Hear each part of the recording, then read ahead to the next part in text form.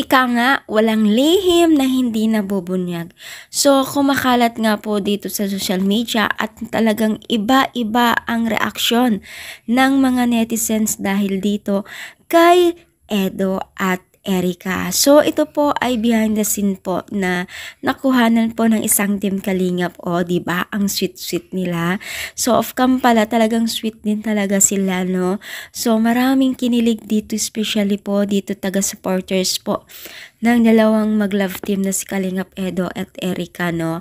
So, kung makikita kasi po natin dito sa mga video po ni Kalingap Rab na kanyang binabahagi, ay talagang limita po yung kinikilos nilang dalawa. At syempre, siguro para iwas din po ang pagiging isang hindi magandang komento po ng iba, especially po dito sa mga taga-supporters po ni Rina.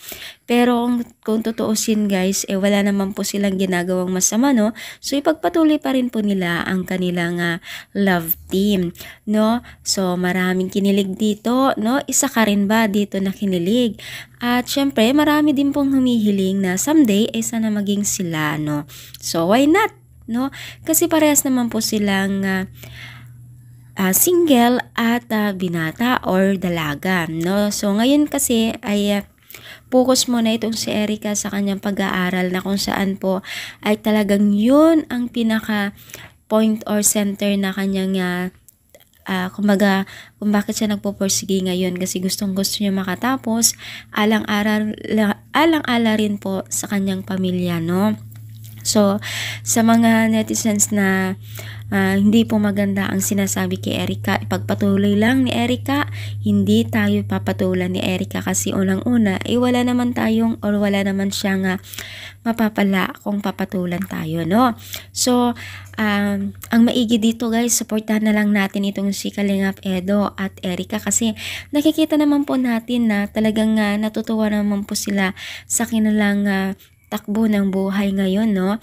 Lalong-lalo na itong si Erica ay talagang nagdadagsahan ang kanyang blessing ngayon. So, nakakatuwa kasi andyan tayo na gumagabay sa kanila, ang Team Kalingap, ang mga sponsor na patuloy na nagbibigay sa kanya, no? So, ngayon po, ang pangarap lang ni Erica ay makapagtapos at sana ay maging makamit niya or successful siya sa kanyang pangarap sa buhay. So, ipag-pray din po natin itong si Erica. Kaya, anong nyo masasabi dito sa ating pag-support today's video? I-comment lang po dito sa baba at palike na rin po ang ating video. Yun lang. Thank you so much at supportan din po natin si Rab at Kuya Bal. Thank you and God bless po.